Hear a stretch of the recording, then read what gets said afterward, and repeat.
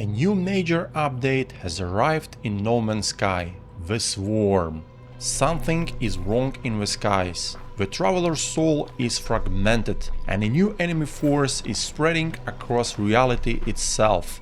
This is the Swarm. This update introduces a full-scale galactic threat, new combat encounters, and a community-wide expedition that pushes players into coordinated warfare across the universe. But before you lose your breath out of excitement, hold your horses, because this update is purely focused on expedition and multiplayer-related teamwork. In fact, you can't even complete the expedition right away, because defeating the Swarm and getting all the lucrative expedition rewards will require days, weeks or even months of community effort, similar to Nexus community missions. Wait, what?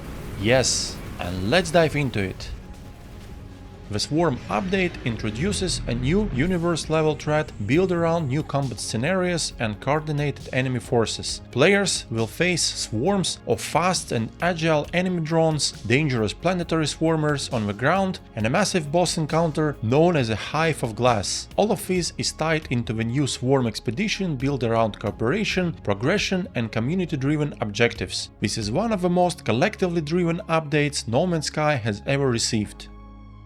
At the center of the update is Expedition 22, the Swarm. This is a limited time, roughly 8-week community event where all players are thrown into a shared war effort. The expedition starts with a questionnaire, and based on the results and chosen reply options, every player is assigned to one of 3 teams representing fragments of a traveler's soul. The Royal, the Sage and the Weaver, each having a dedicated color. Royal is red, Sage is green and Weaver is blue. And this is not just a teamed allocation. Each player is also given teamed ships and colors based on their faction, and your progress contributes to a global objective shared by the entire community. The ultimate goal is to construct the Prismatic Core in the space anomaly, which will eventually unlock the final confrontation with the Swarm. And this is basically where the entire progress of the expedition stops at the moment. You can't complete the expedition until the joint community effort allows construction of a Prismatic Core, which will then allow defeating the main boss of the update, the Hive of Glass. If you decide to approach it now, as it appears every time you engage in a special Prismatic Core mission, well, good luck with that, because it will annihilate you in seconds. Sounds scary, right? So let's take a look at how the new expedition actually plays out.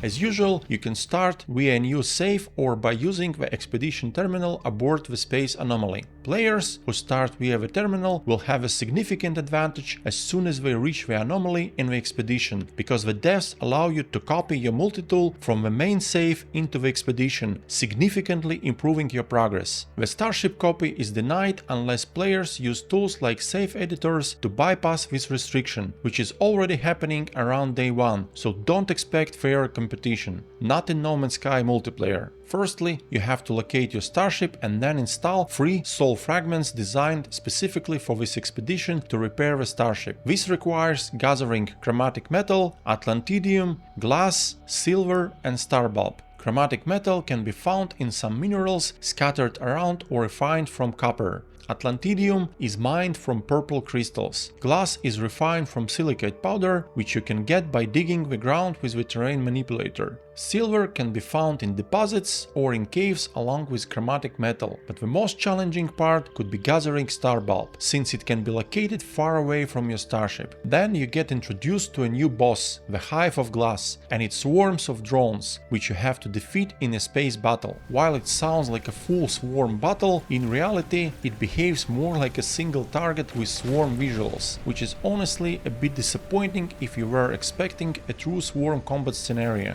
Defeating the drones opens a path to the space anomaly, where you can transfer stockpiled resources from your main save, copy your multitool and discuss the new enemy type with Specialist Polo. Then you are introduced to a new planetary encounter with a crushed swarm drone, which can be disassembled using a Gravitina coil, a weapon type introduced in the Remnant update. This allows you to tear the drone apart by removing its parts and core, but doing so activates a new type of ground enemies, sentinel-like drones armed with explosive fire projectiles, clearly not happy with you dismantling their fallen ally.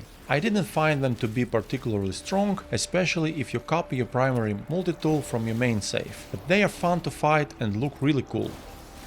After dealing with these guys, you need to reach a nearby Atlas interface to have a short interaction and get a bit of context about what is happening in the universe. Atlas doesn't reveal much, and when you leave, this is where a major battle with the Hive of Glass begins. The fight itself is super cool, and the boss is definitely well designed, with powerful laser turrets and swarm of drones defending it. But don't get too excited, because it's a scripted encounter and no matter what you do, the outcome is predetermined. I won't spoil it, but after this event you return to Polo and are introduced to a new feature. This replaces the Nexus in the space anomaly during the expedition with the Prismatic Core, allowing you to track current swarm activity across the galaxy and access 3 new types of quests progressing the main objective, countermeasures, which requires construction of a Prismatic Core to defeat the Hive of Glass. This is done through 3 types of swarm-related quests: Restore, Sabotage and Purge.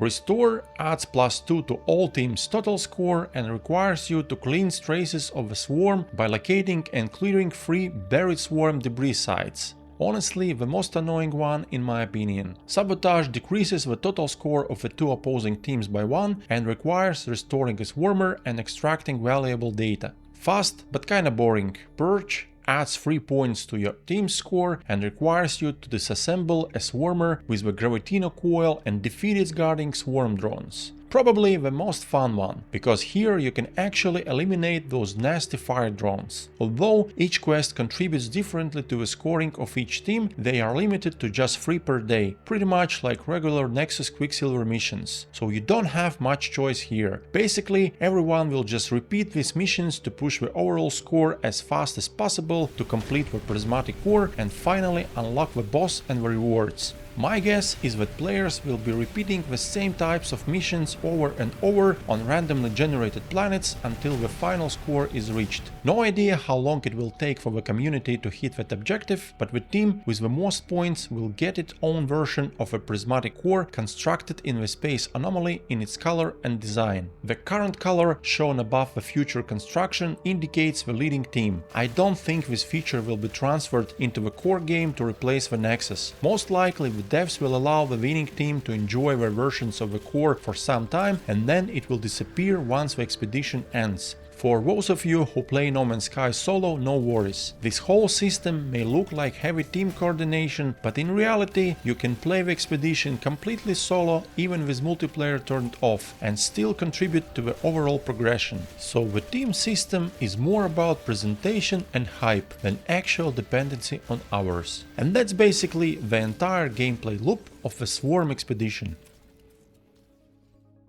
As of now, the main reward of the expedition, the Direwasp armor set, is locked behind the final community objective and can't yet be claimed. However, you can already get a pretty cool new rifle type multi-tool called the Direwasp Disintegrator along with the Direwasp Flight Pack. It comes in A class, can be upgraded to S class with 50,000 nanites on normal difficulty and has some really strong supercharged slots. Definitely a worthy reward for participating, especially since the expedition itself is quite short and limited to just 3 phases. It took me only a couple of hours to reach the current progression cap. There is also one additional hidden and very lucrative reward you don't want to miss. One of the expedition milestones gives you a near-perfect Supreme Mining Beam upgrade. If you started the expedition via your main save, you can install it on your multi-tool and then transfer it back, effectively bringing that upgrade into your main playthrough.